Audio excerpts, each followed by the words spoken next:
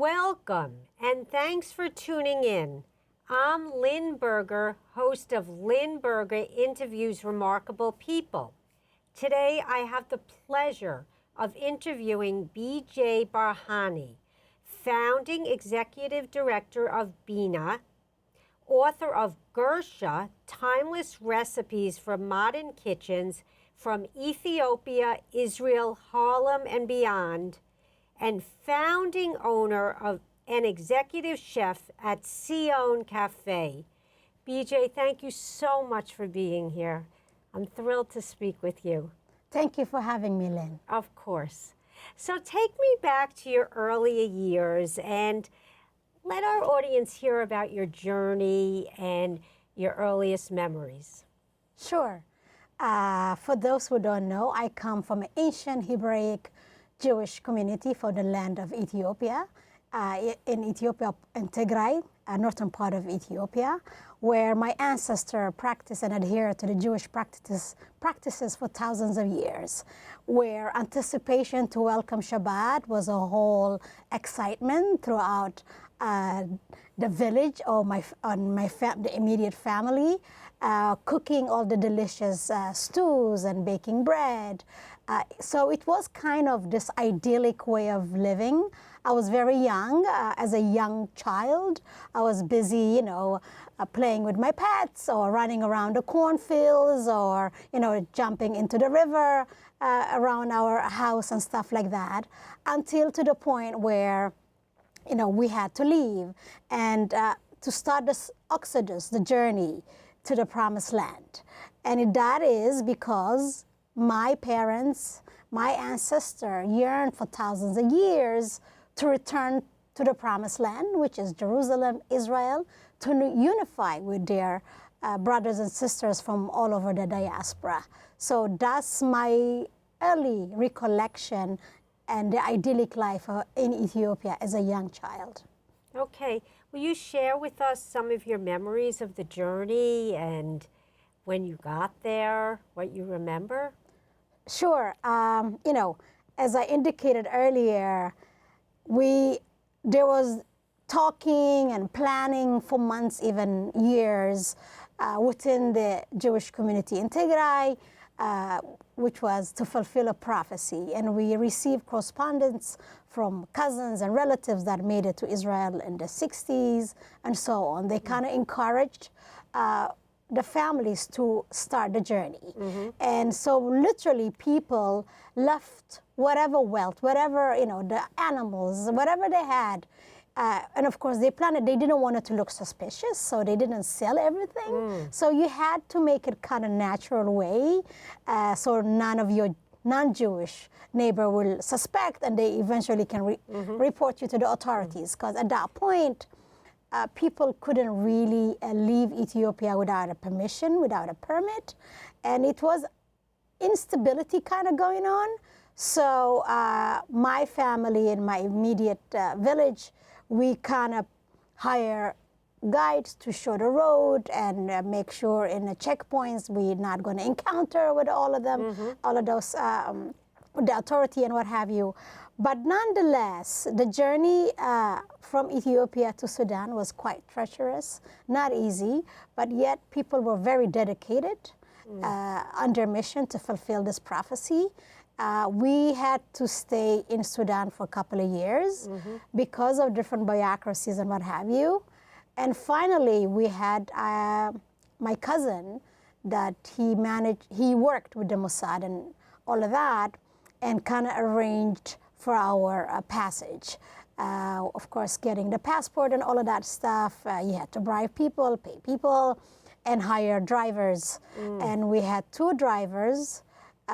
His name was Jack Charity, a Scottish man, and a Kikuyu man from Kenya that literally drove us from Khartoum in Sudan throughout Uganda, Kenya, and what have you. It was a whole adventure. For me as a child, it was very exciting, even in some point to be on top of the Jeep. And Jack will teach me some words in English. That was my intro to English. This is a giraffe, this is star, this is an elephant, and it was magnificent. the journey. And gradually from there, we took a plane and arrived in Israel. We landed in Ben Gurion, Tel Aviv. It was an exciting moment. How old were you? 7. Okay. Exciting, joyous, yet, uncertainty as well, because, you're in a new land, new language, new culture. You don't know what's going to happen. But overall, we were very happy to arrive to Israel, in Israel. People welcomed us, say welcome, bruchim habaim, all of those things, lovely things. And then eventually you just start to integrate to Israeli society and all of that stuff. And that was home. I grew up there, loved it, wanted to be Israeli, and I wanted to live in a kibbutz, for example. So I wanted to work the land. And from there, like a typical Israeli, you serve in the army, the mandatory service. And from there, after 3 years in the army, you literally want to go and venture out and kind of discover yourself. You know what I mean? And then I decided to go venture on my own journey, on my own terms, to become this wandering Jew and eventually make it to the Americas. That's how I end up here. Okay. Yeah. Well, there was a lot of time there and a lot of places you went. Would you like to give us a little glimpse of this wandering Jew and where you were? I mean, as a child, every place that I went, it was exciting. But what I can tell you is when I came to the Americas, of course, I went to some Central, and especially I spent quite some times in South America, going from Venezuela to Colombia to Ecuador, Peru, Bolivia, Chile, Argentina, and I miss a few, Paraguay and Uruguay. I didn't go there. But the hospitality, the interaction with the locals, the culture of, welcoming people wasn't foreign. People were like that, very warm. They would call me La Morena, especially if I told them that I'm Ethiopian Jew. They were very excited to interact with me, and even to the point where invite me for meal or something of that nature. Even, I recall doing the Machu Picchu. I did the Inca Trail. It's about 5 days or so until you discover, you wait for the clouds to go and see Machu Picchu. It was incredible scene. There, meeting locals and how they wanted to, feed me and encourage me to explore and celebrate diversity as a whole. So I'm always eager to meet people, learn about their culture, their history. And that's the only way we can respect and live harmoniously. Absolutely. And you know better than most people. Yeah, that is wonderful. Now, when you got here, how was the integration to the United States? Integration to American life. As a whole, nothing foreign. I heard a lot about New York City, the melting pot of the world. And in somewhat, I guess, I wanted to be part of it. And specifically, I heard a lot about the history of Harlem. And that kind of attracted me. I wanted to be there in Harlem, even though there were different, warning. People say, don't go to Harlem, it's dangerous and what have you. But I find it to be a very empowering place, especially to see all this black owners, black business owners, self-sufficiency and pride of their heritage and different parts of Africa there. And so I wanted to be part of that. And that kind of encouraged me to open a business there as well. I wanted to introduce them to the flavors of Ethiopia. Not only Ethiopia, after all, I'm not only Ethiopian, I'm Ethiopian-Israeli and now New Yorker. And I have multifaceted of identities. And I travel throughout the world and I have a lot of flavors that I could offer as a kind of biography, homage to my travels, and bring it on a plate to the people in Harlem. And that what I did over a decade ago. We opened Tsion Café, my family and I, where we could nourish the community. There was no much of a healthy options. So to have a lot of vegan option, gluten-free, free range and all of that, and the flavors of Ethiopia, the flavors of Israel, the flavors of Sudan, Uganda, and even Nigeria in one place under one roof, and for people to have many options, that was very fulfilling. And we had many type of people from all walks of life that wanted to, they were very enticed by it, by the idea of Black Jewish women in Harlem, and yet having this different type of cuisine and having live music. And we definitely utilize our space as a gallery as well. We encourage local artists to display their artwork. We had open mics. We even did film screening. It was a small cultural hub where we celebrated the different dimension of mankind in a way. Yes, and I did have the opportunity and the privilege to visit and to eat and to look at all the culture on the wall. Would you share some of the history even before you started there? Sure. So throughout the Harlem Renaissance, this 763 St. Nicholas Avenue used to be Jimmy's Chicken Shack. This is throughout the heyday time of the Harlem Renaissance, where Billie Holiday will perform, or Charlie Parker listening to the great Art Tatum, or Malcolm X working as a waiter, or Red Fox working there. Amazing. So, I mean, to be in a venue where all these great people that kind of impacted the civil rights movement and make a lot of impact on many people to come after them, it was very powerful and meaningful for me. And I had to honor that, to amplify that story and to tell this is the venue. And I think since then, it's been kind of on a notice. Even the New York Times, every article is mentioning it used to be Jimmy's Chicken Shack. And for sure, yes, I am a newcomer to this land, but yet I honor and respect what used to be there before me.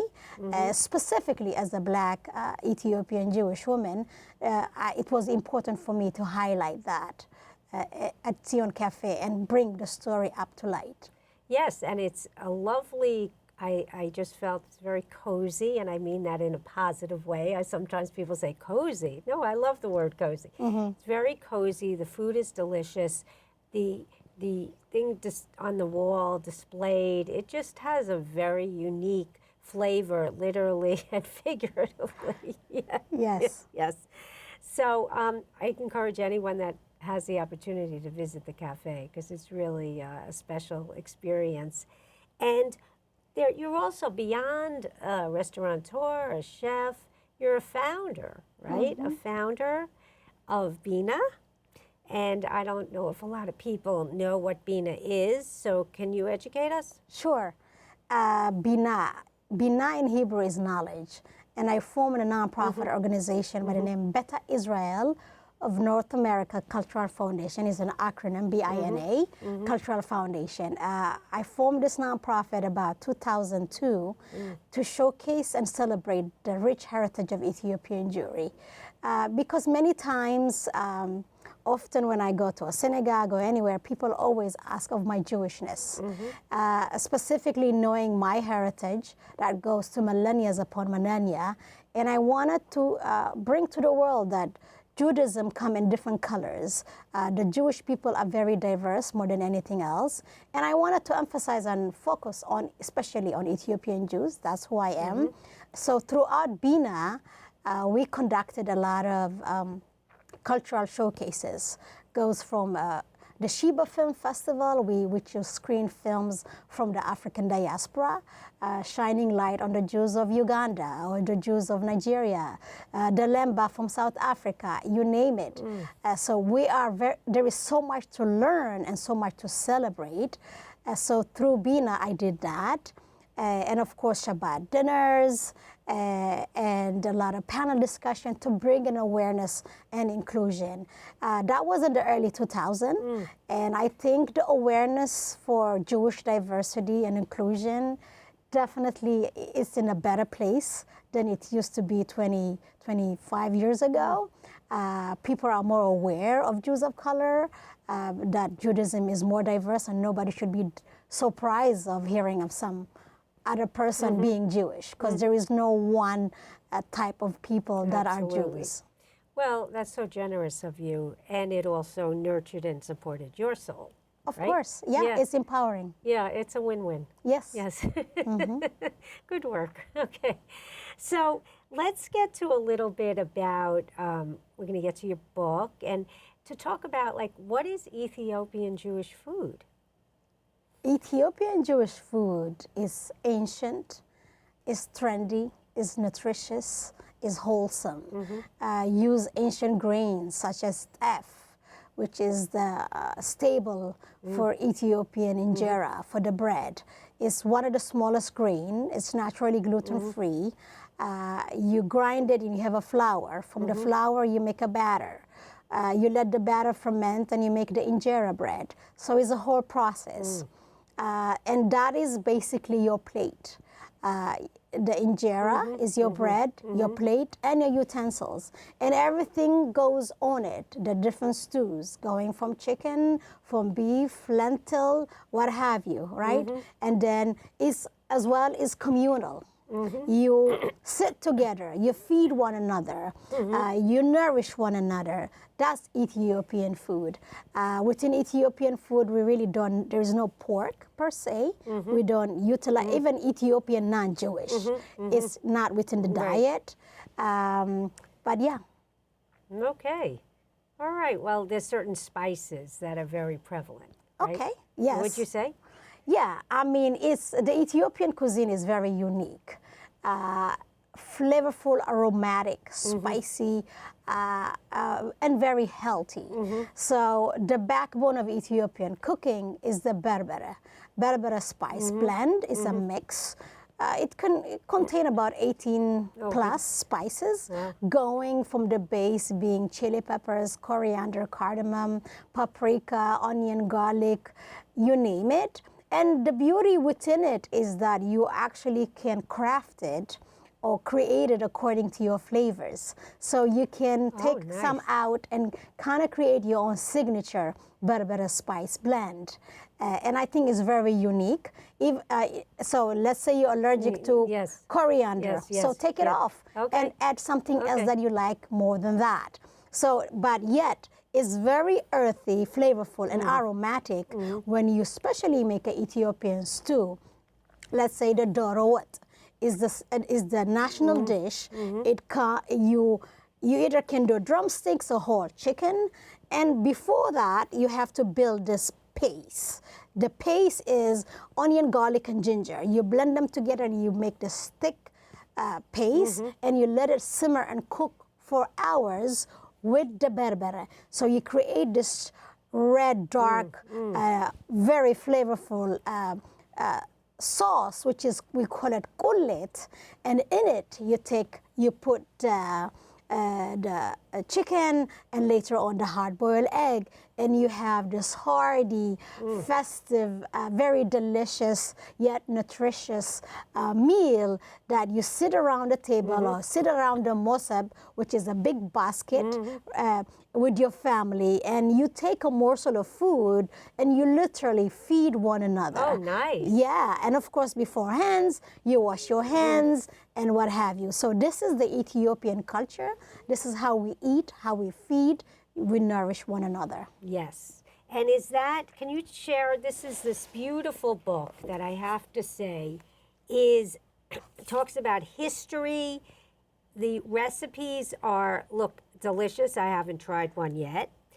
And the book is just a beautiful book. And I really enjoyed reading it. And I did enjoy the food when I ate it at your restaurant. And so tell us a little bit about the title and how you decided to write this book. Give us a little background here.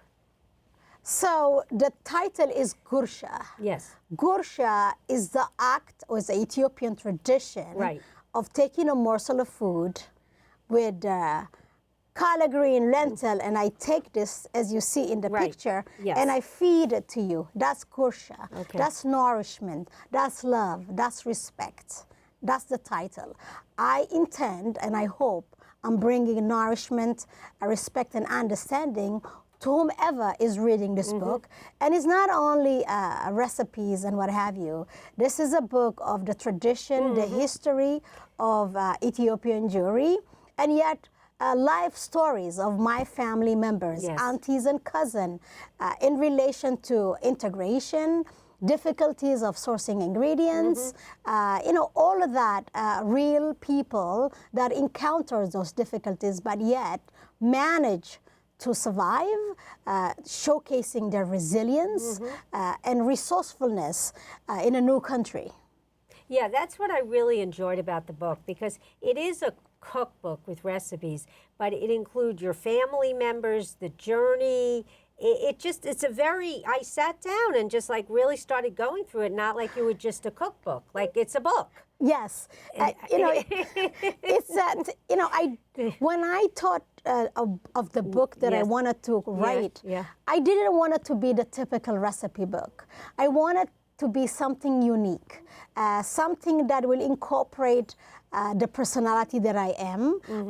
I like to have different out of the box, different things out of the box. So I wanted to make sure that I shine light on the history, yet on my family, on those aunties that kind of preserve those recipes, even though it wasn't easy making injera, for example, when they first immigrated to Israel. There was not the right flour. They are accustomed to making injera with teff, but yet there is no teff in Israel. So what do? You become resourceful. You make injera from corn flour or wheat. You mix them both together. So this is an evolution eventually until people started importing the grain to Israel and all of that. So I wanted to bring that story as well. Every immigrant is kind of relate to this, because we're always looking for our flavors anywhere we go. Right. So something that will take us back home. And they tried their best. They managed until they were able to go to the source and eventually bring it to them. And also to figure it out, what you said was so welcoming. If you don't like an ingredient, don't include it. Correct. Yeah, no, it's a beautiful book. I really enjoyed reading it. And I was surprised, because I thought it was basically a cookbook, but then I'm hearing about your aunt and your... Well, what's next for you? You're always...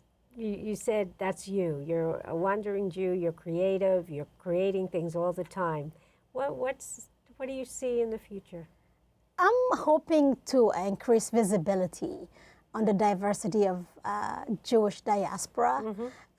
Eventually, I will definitely would like to focus on the cuisine of Tigray, the northern part of Ethiopia. Ethiopia is so vast. There are so many ethnic groups, so many cuisines that need to be explored and celebrated. I would love to spend a year in Ethiopia and really dive in and bring the unique flavors of Ethiopia, one region at a time. So that's what I'm hoping for this new year. Oh. I hope it will come through. Well, if you make it come through, right? Yeah, it's a lot of things that we cannot control. Of course. But yeah, I would love to do that. So to spend the whole year there. Yeah, and really study and do kind of residency on the history, the aromas, the traditions of many ethnic groups. Well, that's ambitious. The year started, so you got to get going. Yes, yes. So right now, where would you say home is for you? Home is where you feel comfortable. Home is where you feel content. Home is where you feel empowered to celebrate who you are. So home is anywhere. Home is where you create it. Okay, so you're open to the whole world in I front am. of you. Yes. Yes. So what else do you feel that a viewer would like to hear about you, your work, your background, things that we didn't go into enough today because we only have a half hour, but are there things that you'd like to elaborate on? Well, I can say that for many people who don't know of, let's say, the history of Ethiopian Jewry or the history of Ethiopia as a whole and the impact of Judaism in Ethiopia, what I would like to say is that Ethiopia, from its core, from the foundation of it, being very Hebraic, Jewish than anything else. According to legend and stories, for example, we believe that kind of Hebrew practice of Judaism came to Ethiopia at the time of Moses. So is that ancient? When we believe that when he killed the Egyptian taskmaster, he actually fled to Ethiopia and ruled there for 40 years and married a princess. And he was a king there. So we are the descendant of Moses.